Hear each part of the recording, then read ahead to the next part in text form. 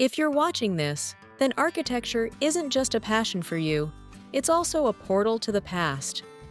Every structure tells a story, not just about design, but about the ideals and the federal model of its time. This collection of cards itself is a museum piece.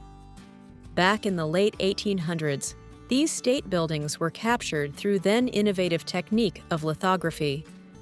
Let's begin with the printing technique and then explore the architecture of 41 capitals and 9 state buildings, each one a masterpiece of distinctive design. Many have changed over the years. Some now serve entirely different purposes. But through these cards, their original stories still speak. Oh, and I'll tell you my favorite building from the set. I'd love to hear yours too. This collection, which is not currently on display, is part of the General Government and State Capitol Buildings Trade Card Series, also known as N14.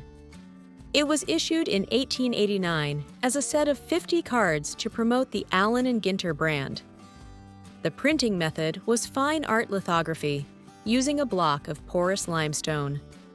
19th century lithographers worked with tools and techniques still used by hand printers today. Images were drawn directly onto the stone with touche, a liquid carbon pigment, and lithographic crayon. The surface was then fixed, moistened, inked, and printed, using a press with sliding pressure. Since the stone wears very little, it can produce many prints.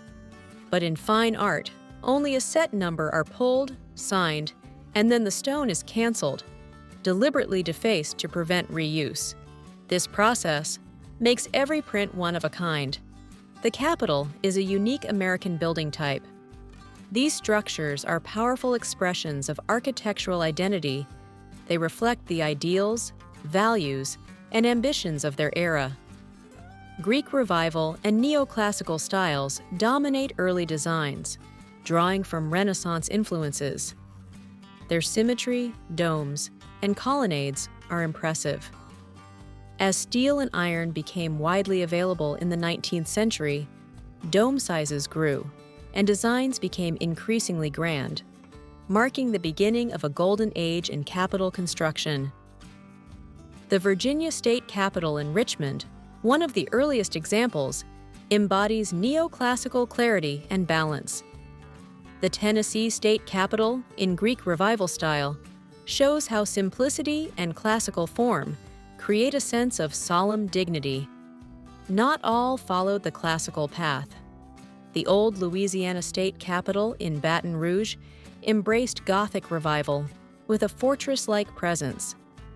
New York's Capitol in Albany, layered with Romanesque and French Renaissance revival elements, is a statement of grandeur and complexity. The Connecticut State Capitol, designed in High Victorian Gothic, stands out with its intricate ornamentation and visual drama.